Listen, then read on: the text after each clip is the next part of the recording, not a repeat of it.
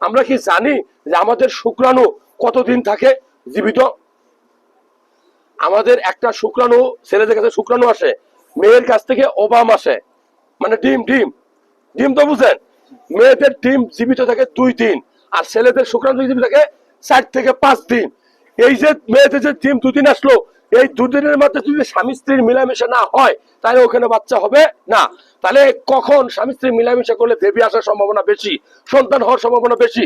এই যে আমাদের এখানে অনেক পেশেন্ট আছে আজকে যারা বাবা হইতে পারতেছে না। মনে রাখবেন, মাসিকের প্রথম 10 দিন ইম্পর্টেন্ট না, মাসিকের পরবর্তী 10 দিন ইম্পর্টেন্ট। এর মধ্যে 14তম, 15তম, 16তম দিনগুলো স্পেশাল। কারণ আপনার শুধু শুক্রাণু থাকলেই হবে না, আপনার ওয়াইফের যে ডিম্বাণুটা আসতেছে, ডিমটা আসতেছে, ওই সময় আপনার একসাথে থাকতে হবে। আমরা অনেকে চাকরি করি, অনেকে বাইরে থাকি, প্রবাস থেকে আসে 2 মাসের জন্য, 3 মাসের জন্য, এর মধ্যে বেবি নেওয়ার চেষ্টা করি। এটা কিন্তু বুদ্ধির খেলা। আল্লাহ তাআলা চাইলে আপনি যদি ঠিক পথে সময় পাস করেন, আপনি যদি জ্ঞান বুদ্ধি ঠিক থাকে, তাহলে দেখবেন যে সম্ভব। আপনি যদি না জানেন তাহলে কি বুঝবেন?